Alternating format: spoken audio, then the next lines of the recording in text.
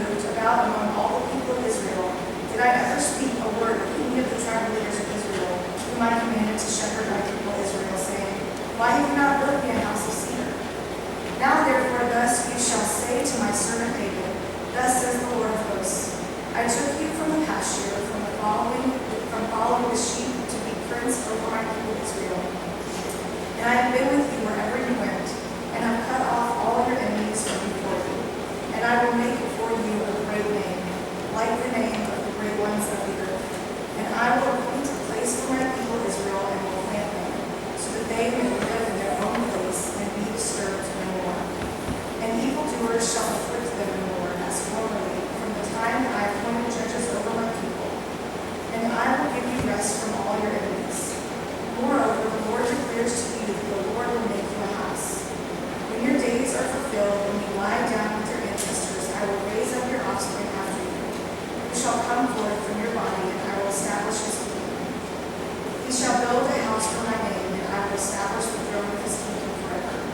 I will be a father to him, and he shall be a son to me. The word of the Lord.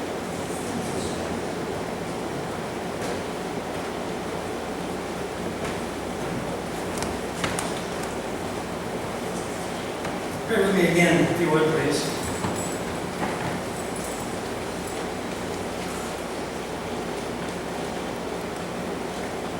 God, may the words of my mouth and the meditations of all our hearts be acceptable in your sight. Our rock and our redeemer. Amen. The mighty God of Israel, creator of the universe, Lord of lords, King of kings, Prince of peace, mighty God, is homeless. And that is disconcerting to David. So David decides to build a temple instead of that ratty, tent that God has been moving around in, because we don't want the neighbors to talk. Nathan would be the sort of chief advisor, the prophet, the one that David looks to for a lot of his good advice. Nathan seems to think it's a pretty good idea too. He runs the idea by him. And I have to be honest, I think it sounds like a pretty great idea. David has moved into the castle, the palace. And, it's time. It's time God moved up in the world too. Especially because the tent, especially for God, a tent has this sort of transient thing. A tent is for the in-between places. A tent is if you're on eHarmony and you say, where you live, and the answer is tent, most of your potential suitors are going to go, I'm not sure he's quite ready for a long-term relationship just yet. Maybe live in a home, moving into there's some stability. There's some, I'm ready for commitment. I have sort of made myself. When that happens, you've done something. A home, that counts. If a tent dweller lives sort of between here and there, the home dweller is there. That thing we've been waiting on. So, wouldn't God like a nicer place? Doesn't that make sense? Can we all agree? Well, in short, God's answer is no. No, thank you, I think. That's what God says. And then the explanation seems to be kind of simple, because, frankly, David, humans, you're not God, and I'm not you. And we're not to confuse our desire to move on up with God's desires. The fact is, we want a God of the temple. It sounds nice. That temple, that home, it feels nice and safe and secure. It feels stable. Now, maybe not intentionally, but what we do when we build the God of the temple is we build a place where God can fit inside of a location. We know the parameters of God. We know what to expect. God likes these types of curtains. God seems to like gold. God likes these columns in front of God's home. We know what to expect with a God of the temple. And we like to, again, not intentionally maybe, but we do tend to want to sort of confine all of God's transcendence and wonder and hugeness to some creeds, to a few understandings, to a few words, something I can explain in somewhere between 12 and 15 minute sermon. That's where we would like to keep our God. That sounds nice. I get David's reasoning. It also makes sense because it seems like, God was to David, God was like a super PAC, politically speaking. And God was back with David, in the early days when he was just a shepherd boy. And this super PAC really sort of carried him up through the ranks, and now he's made it to the big house.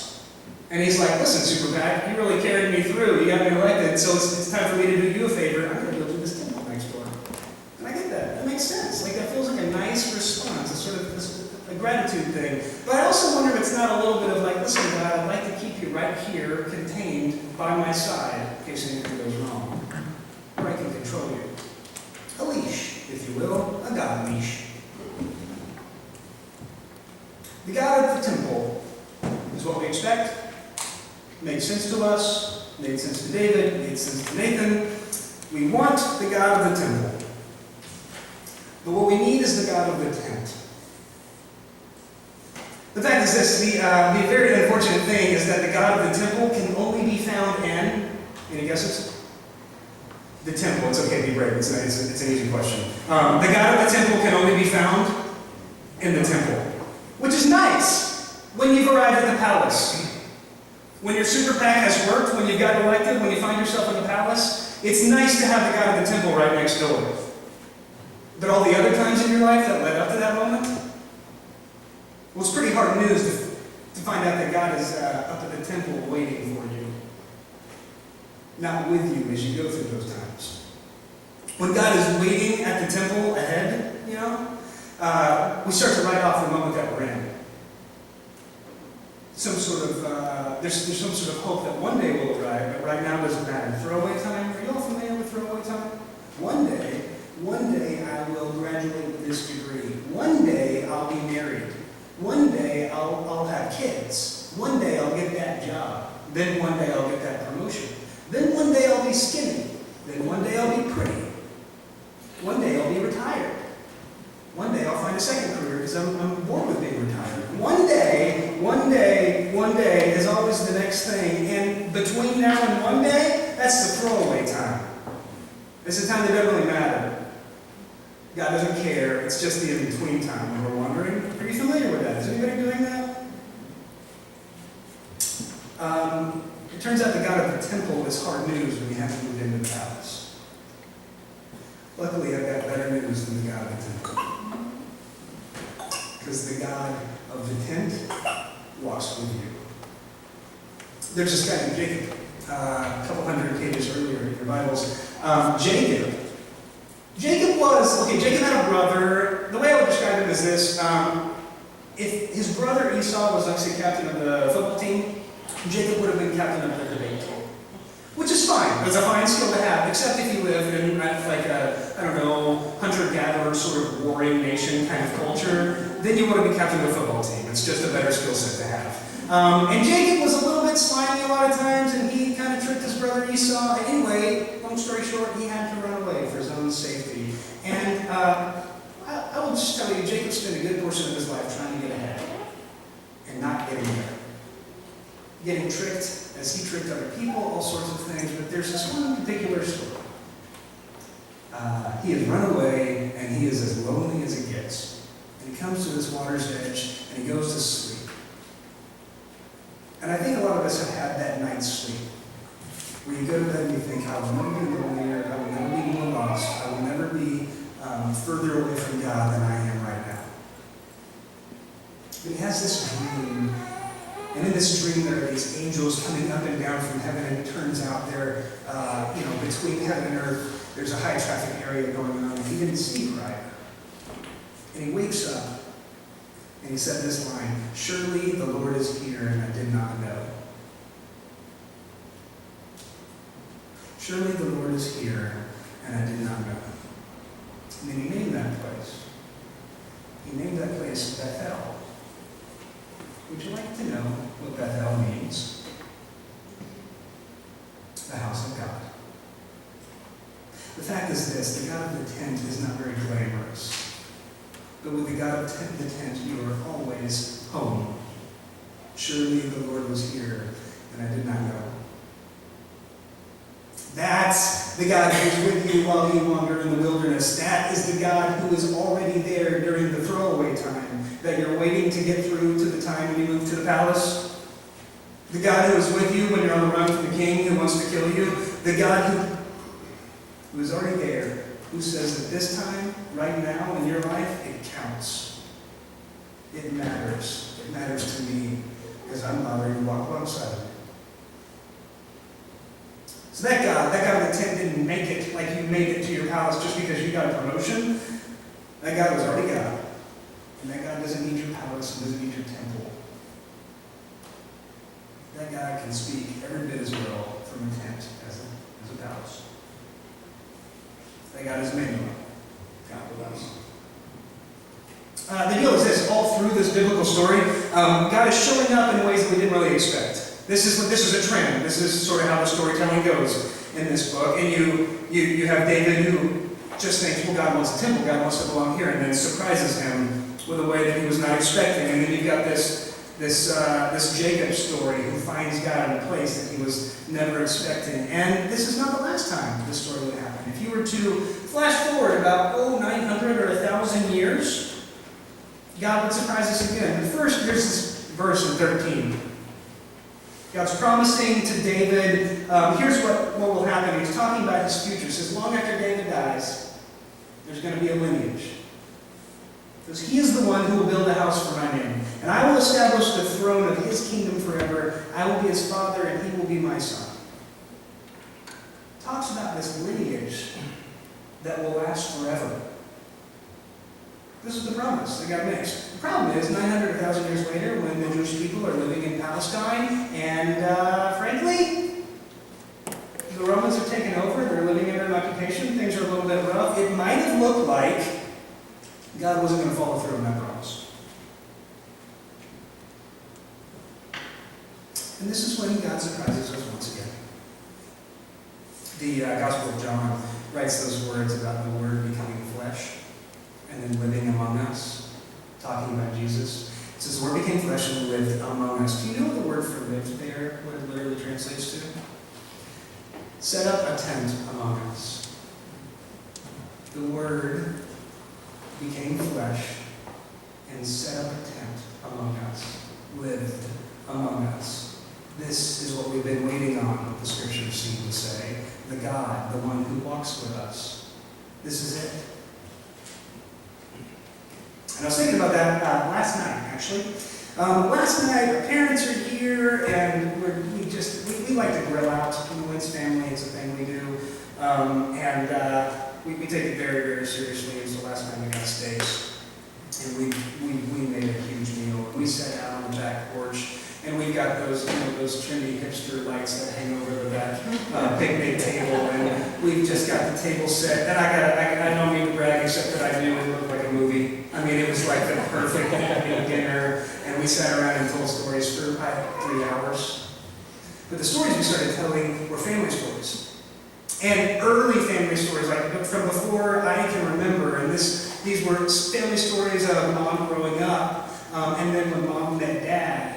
And they started dating, and when dad came to the house, my mom's dad owned a grocery store, and so they all lived above the grocery store, and dad came and visited for the first time, and they said, what do you want for dinner? And dad was like, what are we having? And they said, well, just go downstairs and pick. I think dad's line was, your mom didn't need to be as cute as she was at that moment. And we heard these stories, and then we heard stories about them, and about my aunts and uncles, their siblings. We heard some hard stuff. That's when they went through this. That's when this time happened. Oh, that's when their kids did this. That's when this happened in their marriage. And some of it was pretty rough stuff. But over 3 hours, we heard story after story after story of our family, our story. And I just could not help but think, this is what my son needs to hear. These are the stories my son needs to know. Every single sort of season of his life will feel like this is forever. Because that's how we feel. We're in a season, be it good or hard, and we feel like it's forever. And then you hear family stories like this, and you find out it's not. You find out the next thing will happen, and the next thing will happen.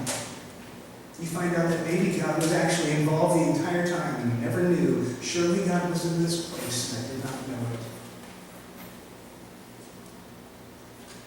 I never want my son to get this message that he will be on his own until, he figures his stuff out. And then one day, if he arrives at the palace, then God will be next door at the temple waiting on him.